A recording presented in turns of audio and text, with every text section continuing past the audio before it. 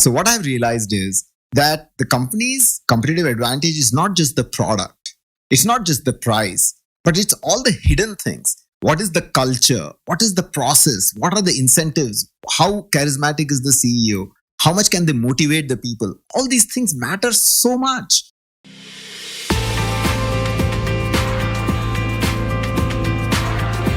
Welcome to Prime Venture Partners Podcast, a podcast for entrepreneurs looking to build and grow their startups. Learn about uncommon strategies and common traps from makers and doers of startup ecosystem.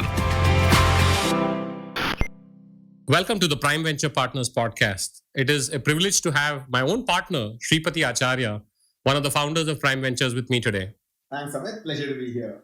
So Shripati and I, of course, invest in private markets for a living, early stage investing. That's what Prime Ventures does.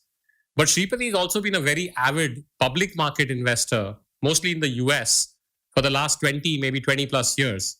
Shripati, can you talk to us a little bit about what got you started on the public markets? So the story is that I was in my very first job and I came across this book, which had just been released around that time by Peter Lynch, called One Up on Wall Street. So public markets used to be this black box of really confusing things, like how on earth can you decide what to invest in, which I never really understood. But on a whim, I picked up this book and I read it and I couldn't put it down. And what Peter Lynch was saying at that time, already he was a legendary fund manager for Fidelity Magellan with a storied record, which is still talked about. And what Peter talked about really is that you as an individual investor can do better than the Wall Street analysts, hence the name One Up on Wall Street. And the thesis behind it was really what I really took to heart, what he talks about in the book. So the short answer is that that one book got me into it. And then I ended up reading a bunch of other books on, there were no podcasts in those days, a bunch of other books on investing. And that sparked my initial interest. So what were some of the early picks that you made as you went along the journey? And maybe what are some of the more memorable ones that have done really well for you along this journey? Actually, some of the early picks were total disasters. So I recall buying some things which was into, I think, farm feed for chicken. I bought something which was into nuts and such, trading in dry fruits. And this is like no idea, right? And that's when one of the things which I ended up reading about in Peter's book was that you actually should have real experience with something. Only then do you have some insight about it. If you actually go ahead and read in the newspaper or a magazine and you say, okay, I read Barron's and this is what it says, and boy, it sounds like a good idea, let me go and research it, makes very little sense because you have no extra information, no unfair advantage over somebody else. And for obvious reasons, a Wall Street analyst who's very smart, has got huge, powerful spreadsheets running around, can completely outsmart and out-execute on that. So came to the realization that it really does matter what you do know. And I came to the realization that what I do know is tech. And so it took a couple of years of doing what I would basically call random investing to start understanding that, tech is what we do understand and I should start focusing on that. So that's how the initial investing years were. So in terms of like what ended up really working, so it's one of those things, right? When you actually make an investment with a certain point of view and that point of view actually works out, that's when you get the confidence. Otherwise, it's just luck. So you do require luck to be successful, but really what works is when you look at something, have an idea about why it might be successful, and over the years it works out. So that's how one of some of my earlier picks, which I got excited about, ended up. Yeah, I think Michael Mauboussin has this lovely book about the role of luck in investing, politics, even professional sports. So it's one of my favorite books. But coming back to some of the picks that have worked, I know, for example, you were very early on in Amazon, in perhaps HDFC Bank. Maybe talk a little bit about some of the long-held picks that have done well for you. Yeah. Actually, Amazon was a case study in how not to do investing. In the sense, I had it for a very short period of time. And I said, wow, it has actually gone up so much. Maybe I should sell it. And we will talk about that a little bit in terms of the period of holding and the role of patience in all of these things. But the things which worked out well was actually, you mentioned HDFC Bank as one of them. And it was in the early days when India was just opening up, really, the early 2000s. And what got me interested in that is that finance is like the underpinning of any economy. And if the GDP is growing well, then the financial institutions are going to do well. But the question was that which one should one invest in? And what I did was I just said, okay, maybe I should look at what are some of these banks. And fortunately, HDFC Bank was something which was public, and started looking into it. And I started looking at what are the interviews and transcripts of HDFC Bank, which are available. So all public companies, as you know, have their earnings transcripts available. So I started reading that up. And what I found is that what Mr. Aditya Puri was saying was actually one comprehensible. So as a person who's not a finance expert, you could understand what he was saying. And what he was basically saying is that this is an extremely exciting market, yet you need to be very disciplined about going about this market, which broadly seemed to make sense. And when you started looking at their record with respect to how they were managing their risk and what kind of loss ratios, etc., they were getting, so the numbers seemed to make sense. So if you believed in India, which I did then and I believe now, it made sense to actually get into a bank. And after that, it was a question of, which is the best possible bank in one's subjective opinion one could actually get into. That was the HDFC. That's how I ended up getting in there. Sounds great. Now, in terms of, going on to the private market side for a second, we'll come back to the role of luck and other investments you've done. When you started Prime Ventures, 7.5, 8 years ago, coming from so much availability of data and price to earnings ratio, cash flows, transcripts, etc., you don't have any of that in early stage investing. You're literally coming in at the first stage. So what were some of the things that were really hard for you as you made this transition? And what are some of the things that you were able to, leverage already because you'd been investing for a while in the public markets? Yeah, so it's a two-part question. Honestly, it was a lot of trial and error, I would say. The thing which makes it really difficult because in early stage is that you're fundamentally investing on people. And to predict the behavior of people, of how they are going to be once the company 3 years, 4 years, 5 years from now is a very difficult task. So, but the better you get at that in sussing out folks in what kind of organizations can they build, what is their decision-making ability, how are they going to suss out opportunities and figure out which ones to do and which ones not to do.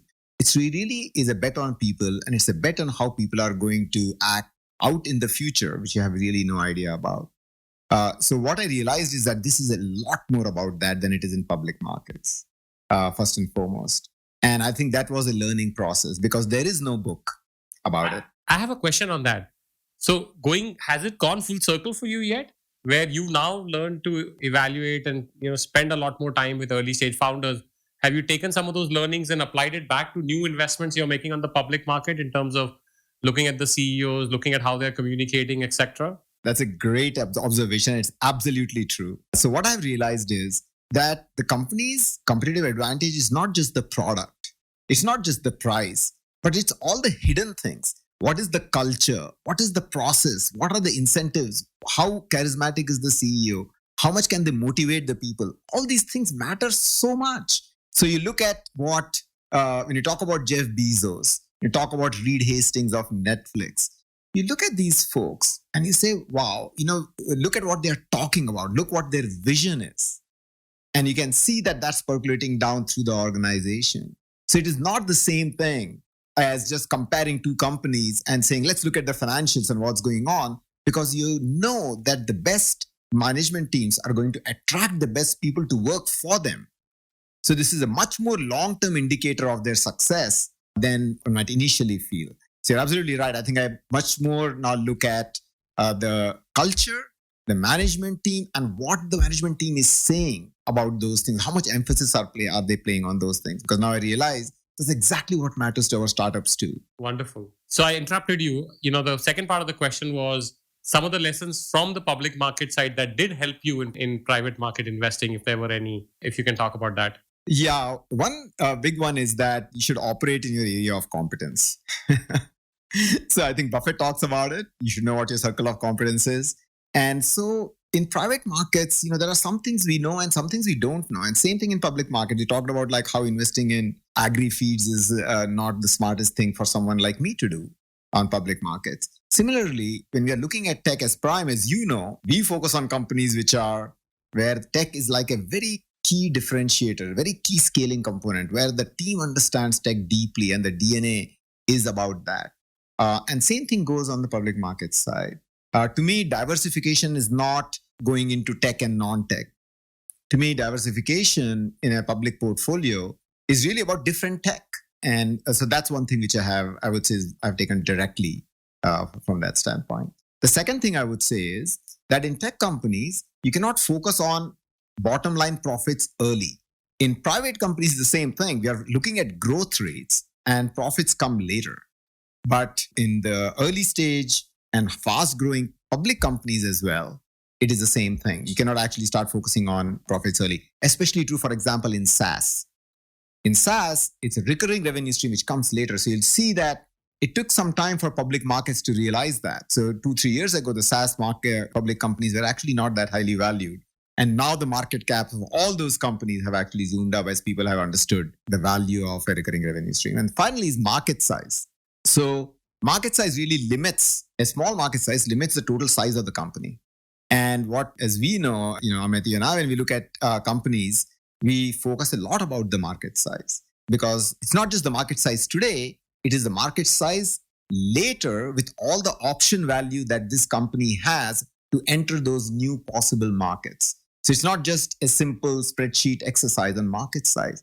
The same thing is true for public markets, which is the companies which have a lot of option value to not only just enter one market, but a lot of other adjacent markets which might be new and emerging is a lot more exciting company with a lot more potential for better returns. Very fascinating. I have learned many lessons from you on the public market side as well, in some of the investments that you and I have both done. What are some of the kind of guiding principles that you have used such that these investments have a material outcome? So can you talk a little bit about that in terms of this notion of concentration risk? How many stocks is too many? At what point should you just go by the market like S&P 500 or Wilshire 5000, whatever? How do you build a meaningful position? How do you get comfortable with a very large position? Something like an HDFC Bank or Amazon or Netflix might outgrow you in terms of the size of the portfolio. So a little bit of some of those lessons learned would be useful. So basically boils down to the simple formula, right? The returns is principal times time times rate of return, which holds true in public markets, holds true in private markets. And that's why when you look at public markets, the holding period is probably the one thing which I would emphasize more than anything else.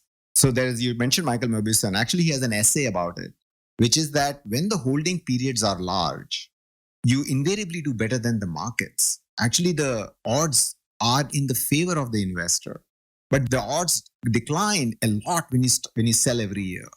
So the holding period matters a lot because it also gives you the ability for the company to bounce back from any kind of setbacks which they might have. And so a good company, if you don't hold it for a long enough period of time, the magic of compounding doesn't occur. So that I think is the single biggest thing because most folks get impatient. So I think public market is not for the impatient at all. And it's also volatile. So I think for all those cases, just buying an index is better. The second thing you talked about is building a position is that, again, over a period of time, building a position is much better than trying to build it all of a sudden. I think Fred Wilson had a very interesting blog about it of Union Square Ventures, where he talks about building a position in private markets of why doing pro rata makes sense because you start in seed and then you add some more in later rounds, which is exactly what we do at Prime as well. And so you have to build a meaningful position, times hold it for a long enough period of time to get a good rate of return. And it applies in public markets and it applies in private markets. And in terms of concentration or the number of stocks in the portfolio, that really depends on, folks, the sizes of the portfolio and so forth.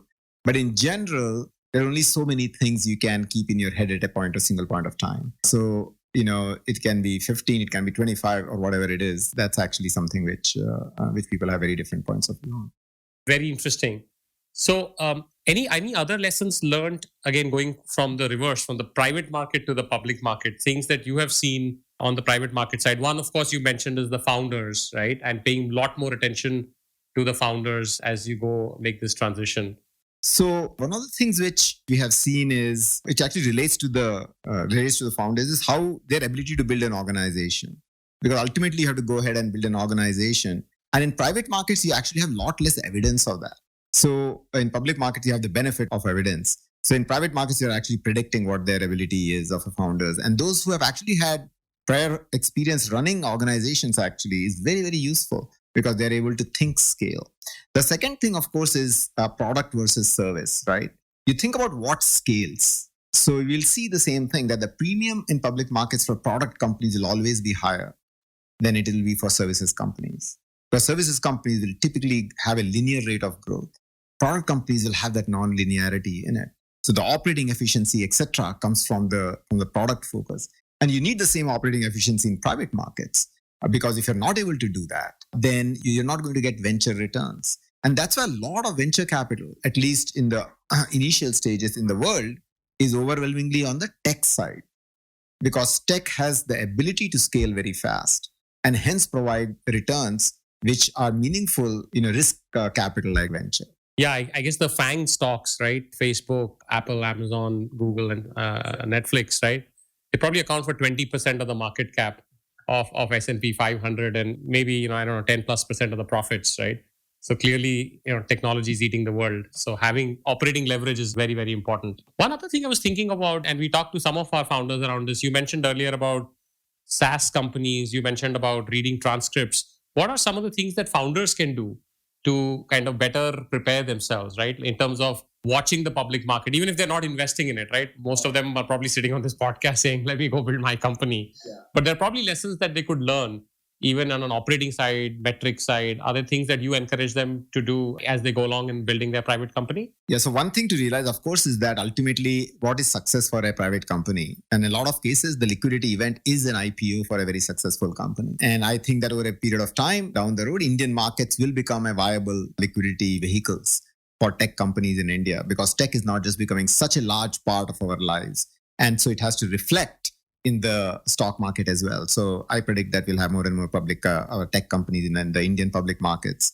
You'll be surprised how much metrics and data is actually talked about, and how much the CEOs of these public companies go look up the transcript of Zoom, or look up the transcript of some of the other SaaS companies, HubSpot, Okta, which is into the single sign-on, and so forth. And you'll actually see the founders talking about net revenue retention, right, year over year. They'll also not talk about certain metrics. What you'll find is that they'll typically not talk about their unique customer metrics, because that's too much information. But of course, in private markets, we need to talk about those things before we invest and know them. So I think it's a good idea to understand, especially I would say if you are a B2B SaaS entrepreneur, you must go and read a few of these transcripts. And they'll tell you like what both the companies focus on, what the analysts focus on. And honestly, those things are very similar to what we look at in the private market as well. So reading transcripts is an excellent idea. It also gives you a sense of actually some of the mistakes which are made. So you will see many of the SaaS companies which miss their numbers talking about how, the sales efficiency and the sales execution challenges which they face. And we find it has a lot of parallels to the challenges which our private company founders also face. You were, of course, let me actually turn it back on you, Amit, here. So you had the privilege and the opportunity of seeing an Indian company make my trip, go public in NASDAQ, and you're actually there when the bell rang. So I would like to ask you, how do you turning this question to yourself? Yeah. So Shripati, the interesting thing was when you were in a private company, you were primarily managing your numbers, your revenue, etc., and the board. And so there was no such thing as what we call QSQT. For those of us that were born in India, there's a famous movie, right? Qayamat se Qayamat tak. That phrase changed for us forever in August 2010. It became quarter se quarter tak. So everything was on the granularity of a quarter and the rigor, because you were getting a daily report card, right? So every day the stock would go up, it would go down. Something happened, there's some travel issue. 9/11 happened, unfortunately, a year after we went public. okay, causes an issue on your stock price, right? Kingfisher goes bust, causes an issue. So just building predictability into your business at a quarter to quarter level in terms of revenue, EBITDA, profitability, transactions, etc. That was very important, and that was a hard transition to make to say, hey, look, how do we keep predictability going here? So I would encourage folks to, as they're going along, and certainly later stage companies, that it's not okay to tell the board, I'll make it up next quarter. Well, in public markets, you don't have that choice. The stock will pay. You will pay indirectly, and your other investors will pay for it. And over time, if you don't have credibility, people will stop believing what you're saying, even though you may be correct that this is a 1 quarter issue and it will get fixed and so forth. The other thing I would point out is read a lot of S1s, right? When at least in the US, when companies go public, you have these red herrings that they file, right? The S1s. There's so much information on the history of that company, right? So Zoom is an interesting example, Airbnb as and when it goes public and that becomes available. So you actually get a history of how the company was built. So that was another interesting. So quick one, how did the company manage the transition going from private to public? It was a lot of challenges on the change management side, believe it or not. So there's a lot of just saying, look, what we can and cannot share with each other. It was a very open, transparent company. But now some of these numbers, if we share it, it becomes a matter of sort of risk. Predictability, like I said, was very important. There was huge emphasis on compliance, which our CFO here at Prime loves for me to talk to our founders, saying when you're public, there is no choice, right? I mean, somebody will go to jail, right? This is not like you'll get a ding from the board or, something will happen or you'll get a letter from the regulator. So I think just the change management to say, hey, look, now we're a big, large company, which is, has public market investors. So predictability, compliance, governance, all these things became even more important, right? So those were some of the changes. The other thing that was a dramatic change in terms of strategy, right, was once you're public, everything is an open book. It's like an open book exam. So all your strategy, all your risks, everything is out there. That a lot of these late stage private companies get away with because I don't have to tell my nearest competitor what I'm up to. So we were the only ones public in the online travel space. Everybody else was private. So every rumor has it that every time our earnings quarterly release would happen, everyone would be up all night reading every metric, every transaction, every risk that we were citing out there. But you don't have their data. So how do you deal with that, right? So some of those things you have to set a higher bar, I think, as a public company than a private one. So I'm going to turn it right back to you as we wrap up here. So some of the best decisions you made, maybe some of the worst decisions. And one important thing you said earlier, I wanted to come back to it. What's the role of luck? Maybe a little bit on best decision, worst decision on the public side. So anything you want to talk about the role of luck in terms of sourcing or finding these investments? Yeah, talk about the worst decisions, actually. I think because everybody talks about the best decisions. The worst decisions really, I think we talked about Amazon a little bit earlier, was selling, what I would say, the errors of omission really, right? Which is felt that, this company is so exciting, yet it is too expensive. And let me actually wait for it to be a little bit more affordable before I actually get in. And the best companies always look expensive. But it is the other things because they keep growing and growing and getting into new markets. So not getting into some of those really big tech plays while I was in the valley where you had a ringside view and the ground floor view of what is happening. To me, those are the worst decisions because stuff is happening right in front of your eyes, right? And you don't know. So that is one. So not observing certain things. Now you asked about the role of luck. And I think that we all need to understand that any investment which works out well has got a huge role of luck, not just one. Even just take the HDFC Bank example, right? Like the management team, the fact that they were able to execute again and again and again over a 20-year period. I mean, that's why we have so many books being written about the bank and so forth. Obviously, you cannot predict that, right? The management can change and so forth. So and especially when it comes to getting into new markets, when companies get into new markets and how they handle those transitions, we have no idea. So I think that the luck plays a huge role in that. But again, boils down to, I will say, you can increase the chances of getting lucky by betting on the right management team. Something which we do in private markets as well all the time. Wonderful, Sripati. This has been really exciting. I know we could go on for an hour or so here, but thank you so much for being on the podcast. Well, it's a pleasure, Amit. Thanks for having me.